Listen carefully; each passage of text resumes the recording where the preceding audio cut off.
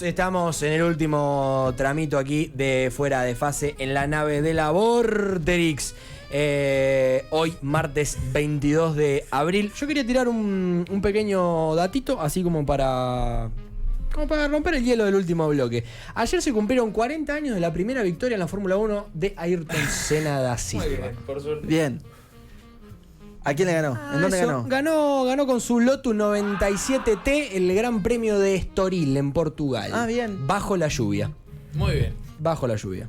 Era una información que quería compartir con todos. Ha sido siempre él por lo que vi en la serie, en documental, que ha sido muy destacado por cómo corría bajo la lluvia. El rey de la lluvia. El rey de la lluvia. El rey de la lluvia, exactamente. Bien. Bueno, nos queda un rato más de programa, este programa 512, para hablar un poco más del Papa Francisco.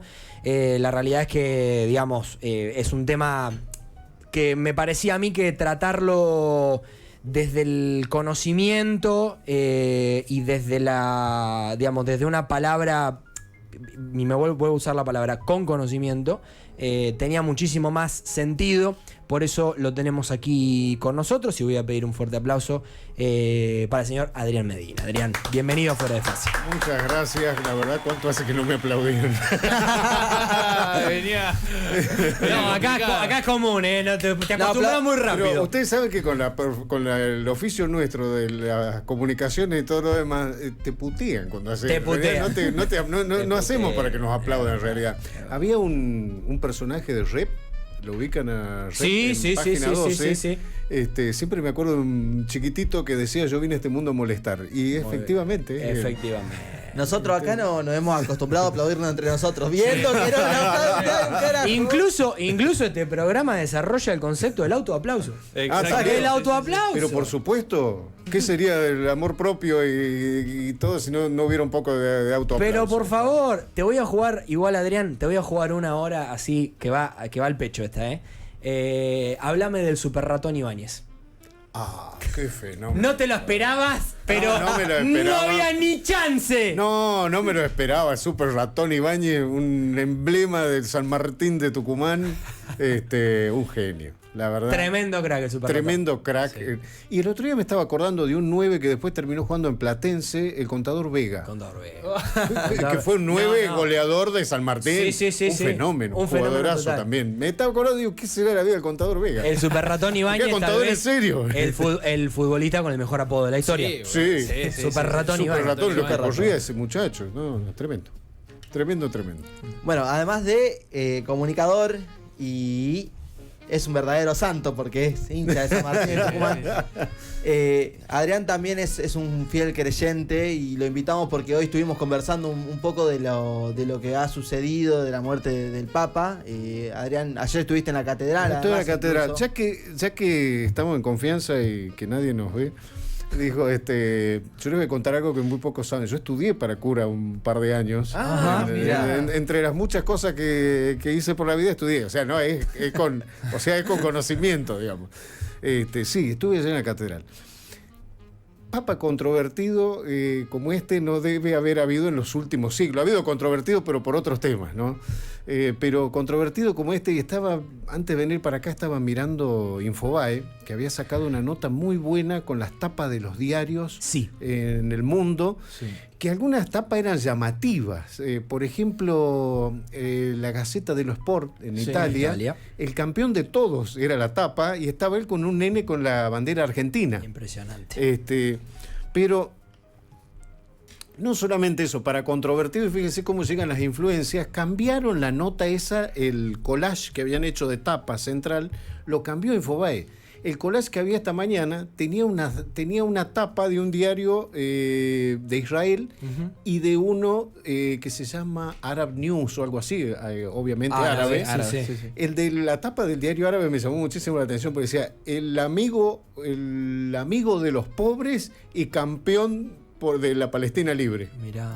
Fíjense hasta dónde llegaba Impresionante. lo sacaron después para evitar polémicas, evidentemente, las dos tapas. Luego, desde luego. Bueno, perdón, lo comentábamos en el primer bloque. Francisco fue el primer papa de la historia en dar una misa en la península arábiga. Que es hay que entenderlo geopolíticamente, socialmente, religiosamente. Todo. Es una cosa impresionante. Hay un tema que no hay que perder de atención y que, bueno, la iglesia, como cualquier espacio donde convivan humanos, tiene virtudes, tiene defectos y quienes lo componen también, ¿no? Pero en función de esto, la historia misma de Francisco ha tenido sus altibajos, como Bergoglio, después tuvo una ida así para arriba como Francisco, ¿no? Correcto. Porque como Bergoglio, bueno, ha tenido participantes, después la explican bien algunos conocedores, sobre todo lo que fue la dictadura militar. Porque, bueno, algunos lo acusan de que no hizo todo lo que podría haber hecho por algunos curas, y sí lo hizo por otros también. O sea, digamos, y él se hizo cargo de eso, porque, digamos, estamos hablando de los 70, por eso siempre decía Ortega y Gasset, soy yo en mis circunstancias. Hay que evaluar siempre en el momento que pasaron las cosas, ¿no? Pues después al tiempo es muy fácil a veces analizarlas, ¿no? Sí, el diario del lunes. Claro, y si lo analizamos con el pensamiento de hoy, con internet, con un montón de cuestiones celulares que no había antes, y son temas, ¿viste? Sí, más bien polémicos que, Polémico, es decir, hoy está tan, fue una situación, algo que pasó siempre, ¿no? Pero hoy está tan de moda, no sé si está de acuerdo conmigo, el uso y el abuso político de las figuras, de los muertos, de los líderes, de los deportistas. Como decir, flaco, 2 minutos te tenés que parar a pensar, a decir... Hay mucha ignorancia también, por otra parte, pero yo creo que la figura del Papa, para quienes no integramos la Iglesia, corría por otra cuestión de la cosa argentina, no otra decir, loco, argentino. Era un argentino, y el otro día cuando estaba muy enfermo, viste que uno se pone a pensar algunas cosas y decía, este Papa, que se lo decía Román hoy, este Papa va a ser, yo pensaba, va a ser valorado más todavía cuando se muera. Ajá. Porque van a empezar a surgir todas las frases, las cosas que dijo y todo lo demás, ¿no?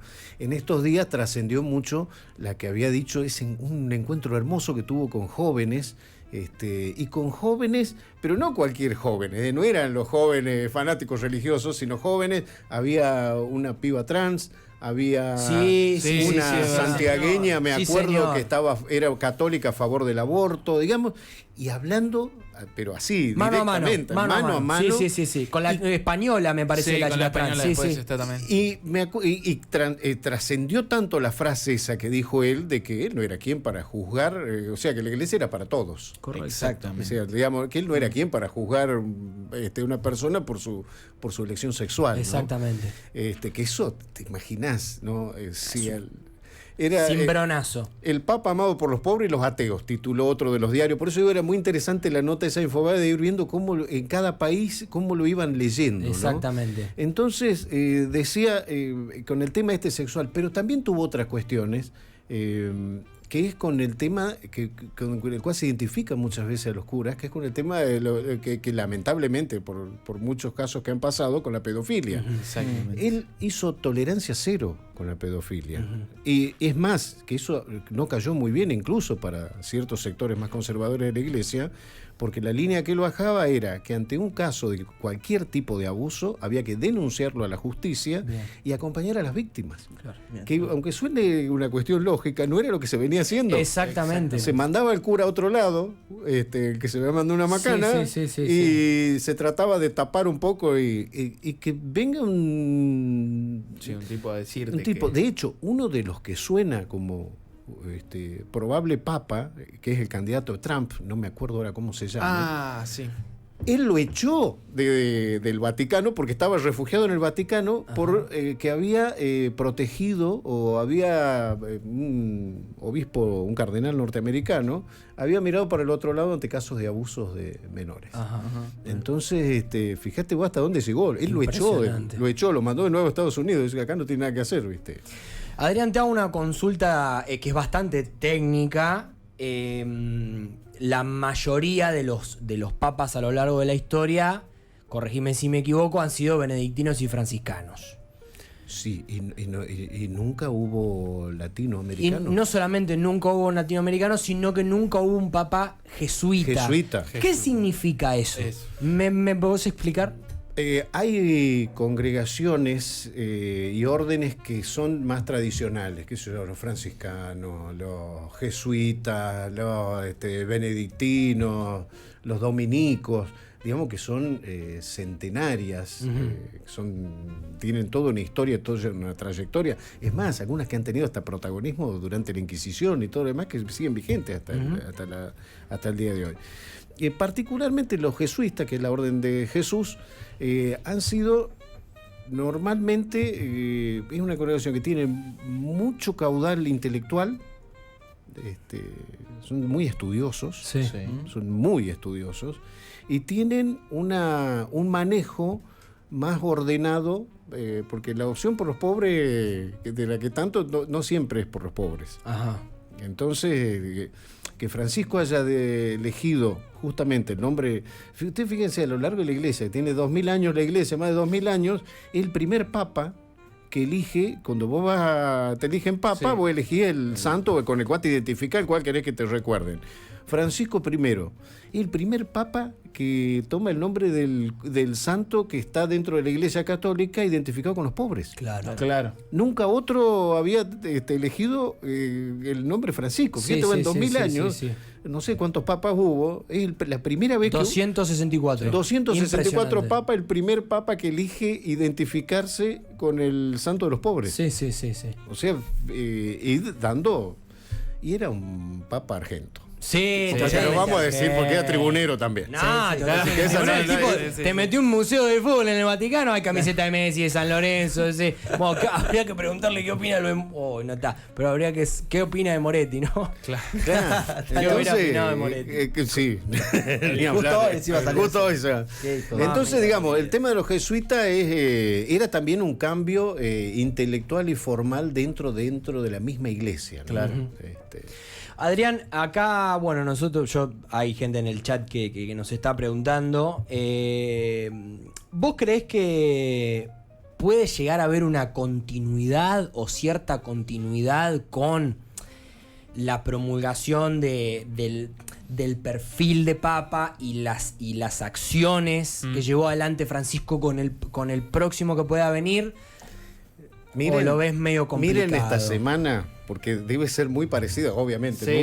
Nunca estuve en una elección de un papa adentro, pero la película Cónclave Sí. Ajá. debe que está ahora. La vi. La estrenaron no Salió hace mucho. el sábado, Sí. salió. el sábado. Sí.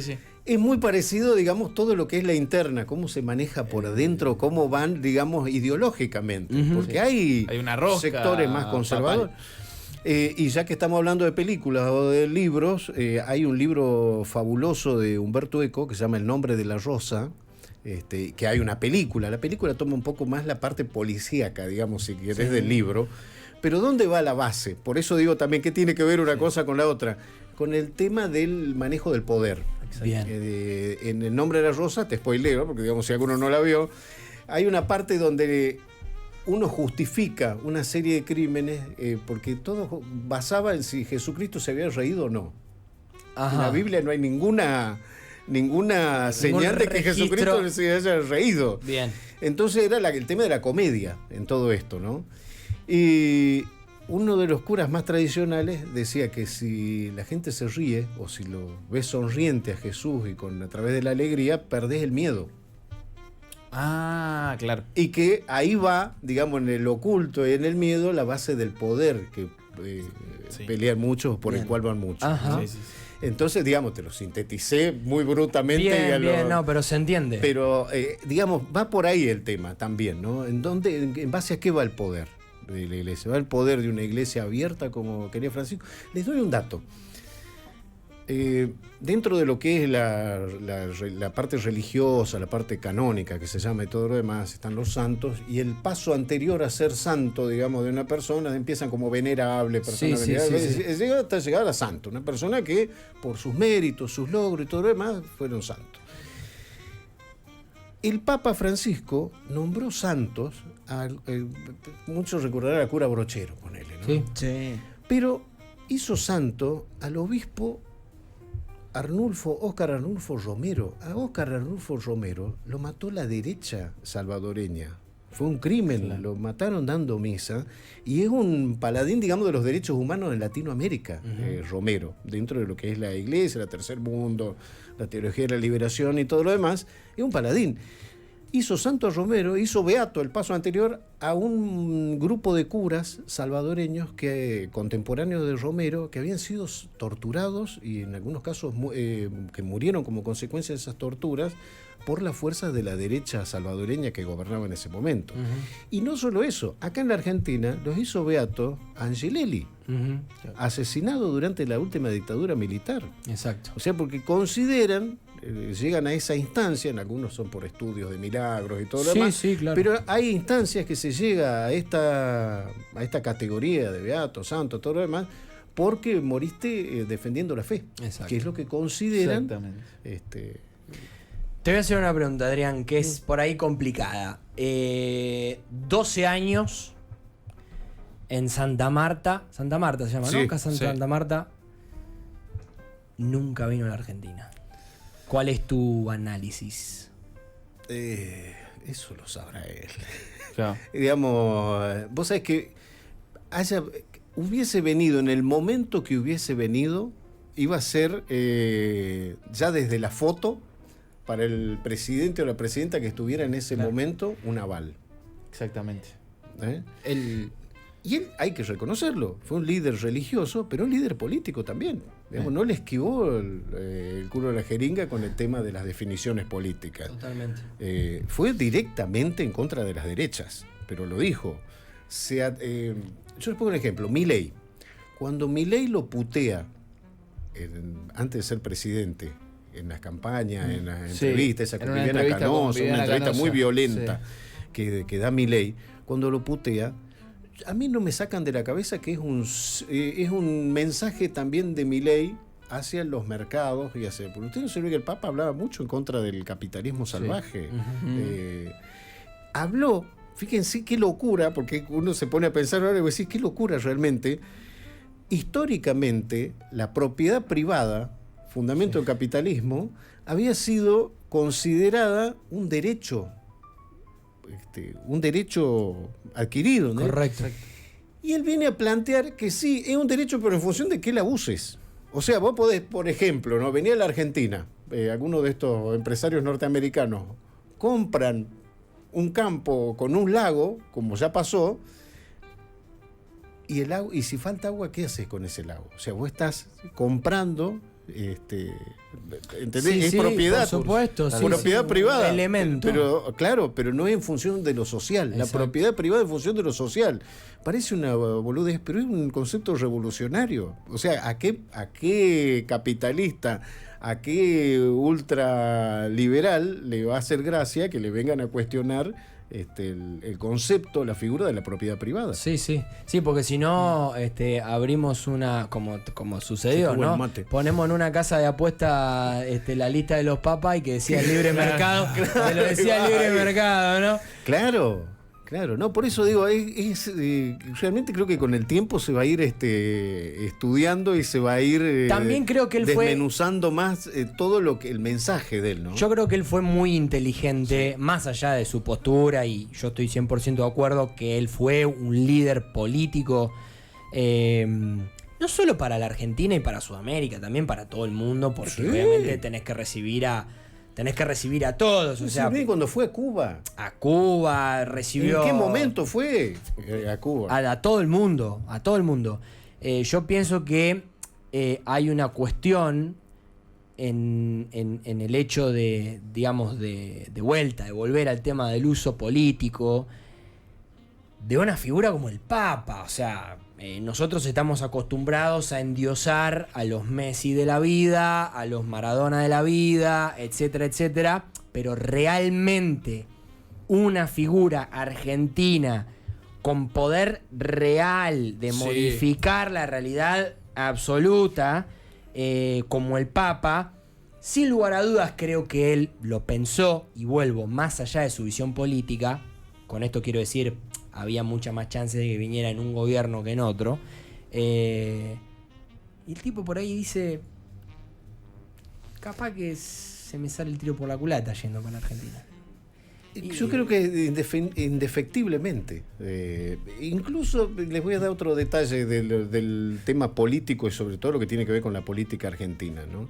Pero bueno, cierro lo que estabas diciendo vos, que me gustó mucho ese concepto, porque a esta altura, sin lugar a dudas, y hasta que surja otro, hoy por hoy es el argentino más importante de la historia. Sí. Suena, capaz que algunos se lo cruzó en el subte, en la línea A en Buenos Aires, pero es el argentino más grande. No hay otro argentino que haya tenido la importancia mundial, o sea, podemos hablar de Diego, de Messi y todo lo demás, pero la importancia mundial de liderar una cuestión sociopolítica como es el catolicismo, pero que tiene tantos millones de seguidores en el mundo. Y con capacidad además. Claro, porque Messi es una figura representativa, si se quiere, de la Argentina, claro. que vos decís, bueno, Argentina, fútbol, Messi. Es el sumum de la definición de lo que es el vínculo de la Argentina con el fútbol, que por otra parte es el deporte más popular del mundo. Pero a Messi... Sí, no lo conoce. Claro. Messi no va a dar una misa... Pero Messi no te va a decir, tenés que ir por acá y vos vas a ir por acá. Digamos, ese es el poder, porque la iglesia es piramidal, es como una cuestión reinado, digamos. No es así plano, no es que optativo.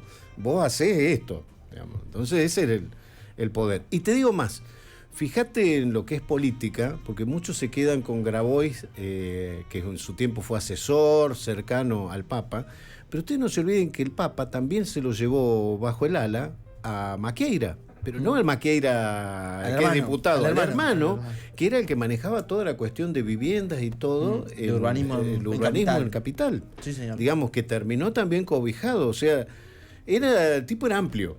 Exactamente. Yo quería, hacer una consulta sobre qué analiza ahora, por ejemplo, el catolicismo, la Iglesia, el Vaticano, sobre la elección del nuevo Papa. Digo, ¿qué mensaje daría al elegir un Papa europeo, que hoy hablábamos, que sería una mirada, por la realidad que vive Europa y por los perfiles que tienen los europeos tan centristas, tan eurocentristas de ellos mismos? Y qué perspectiva ves sobre ese futuro? A esta altura todavía es muy promisorio. Suena también como que puede haber por primera vez un papa africano, ya que hubo un latinoamericano. Exactamente. No, para mi gusto no es el mejor porque es medio conservador, pero puede ser, también se puede dar, ¿por qué no? La primera vez que haya un papa africano, ¿no? Eso sería patear el tablero. A mí me gusta el filipino, de los que están nombrando, tiene un perfil bastante interesante. ¿Por qué no un papa asiático, que nunca hubo tampoco? ¿Por qué no? ¿Por qué no?